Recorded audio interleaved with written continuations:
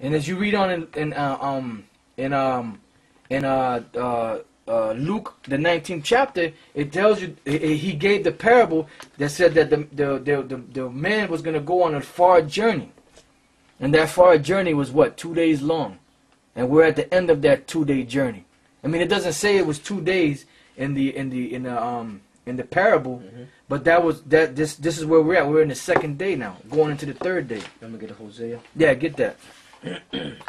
Matter of fact, while you get that, I'm gonna go back to Luke 19.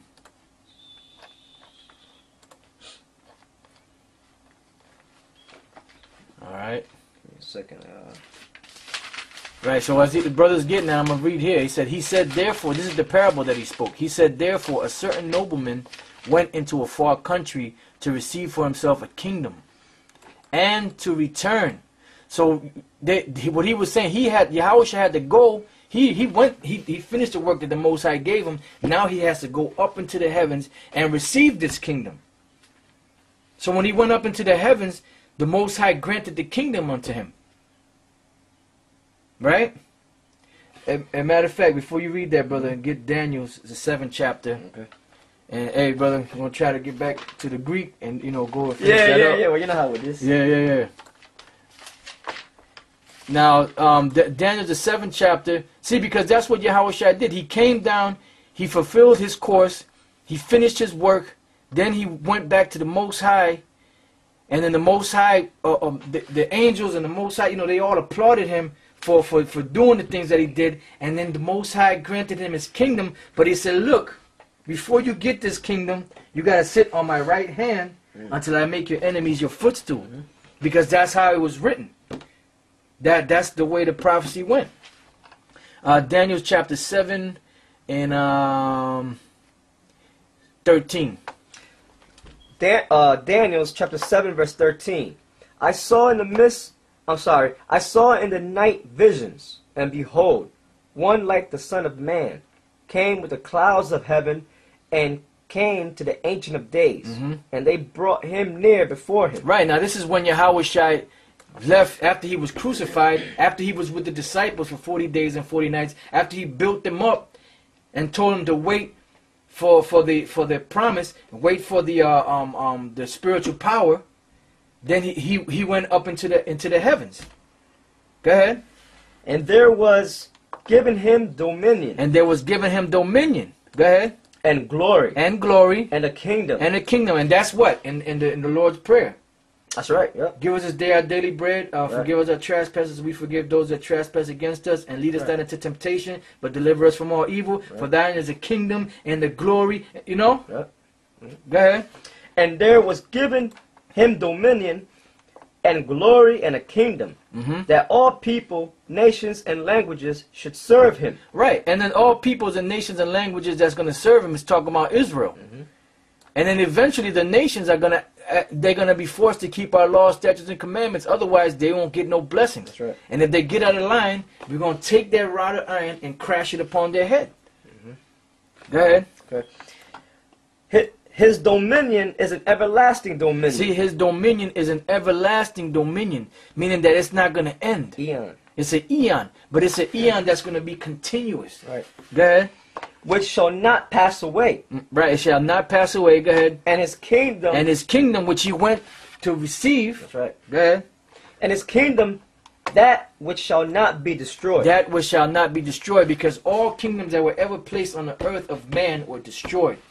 That's why if you read the 9th verse, it says, I beheld till the thrones were cast down. That's all the kingdoms of the earth being thrown down. That's why Yahushua was known as what? The King of Kings and Lord of Lords. Because he took all those crowns and smacked it off the top of them nations' heads and took it and put all those crowns on top of his head. That's right. That's right. Alright, so now let's go back to the... I'm going to read this again here. Luke 19 and 12. He said, therefore, a certain nobleman went into a far country to receive for himself a kingdom and to return. So after he went to the heavens, he received the kingdom, right?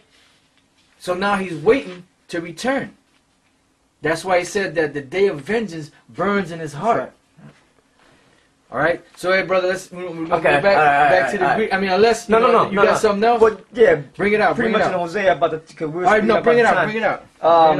It's all spiritual. Right, because you were speaking about how the disciples were asking them when the time was going to be. They thought it was going to happen then, but the prophecies was that he was supposed to be slain, resurrected, go back to the Father, sit on his right hand. Right. Certain prophecies had to come to pass, and then the kingdom would come. Right. So this was pretty much, this is Hosea, the 6th chapter. Matter of fact, let me get it here. Which outlines the time. Right, the time period. Time period. So I got this. Hey, brother, I'll read it. You can break it down. Okay. This is Hosea chapter 6, verse 1. Come, and let us return unto the Lord. For he hath torn, and he will heal us. He hath smitten, and he will bind us up. Right, because it says, come and let us return unto the Lord. Who's the us that it's speaking about? Is the nation of Israel. Because we are the only nation he chose, his beloved nation. That's right. And although we went off and did all kind of wickedness, he said in Isaiah the 14th chapter, in the first verse and the second verse, he said that he will yet choose Israel. That's right. No matter what Israel has done. Because it's by promise. Right. The promise that he gave to Abraham, to Isaac, and to Jacob. That's not gonna, the Lord is sticking by that. Right, and then the law can't disannul the promise. Right. Because the promise was made by promise, but the law came later. Right. 450 years after that promise was made. That's right.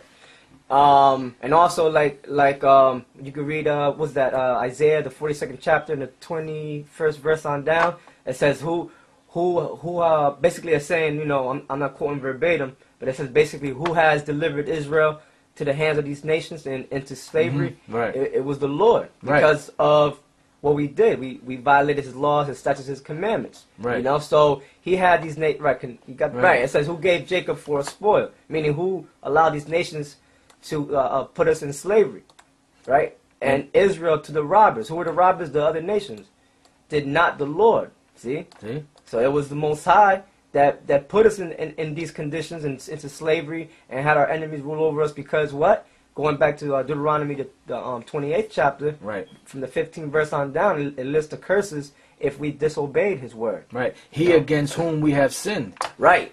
He against whom we have sinned. And according to that 1 John 3 and 4, sin is the transgression of the law. That's right. And the law was only given to the nation of Israel.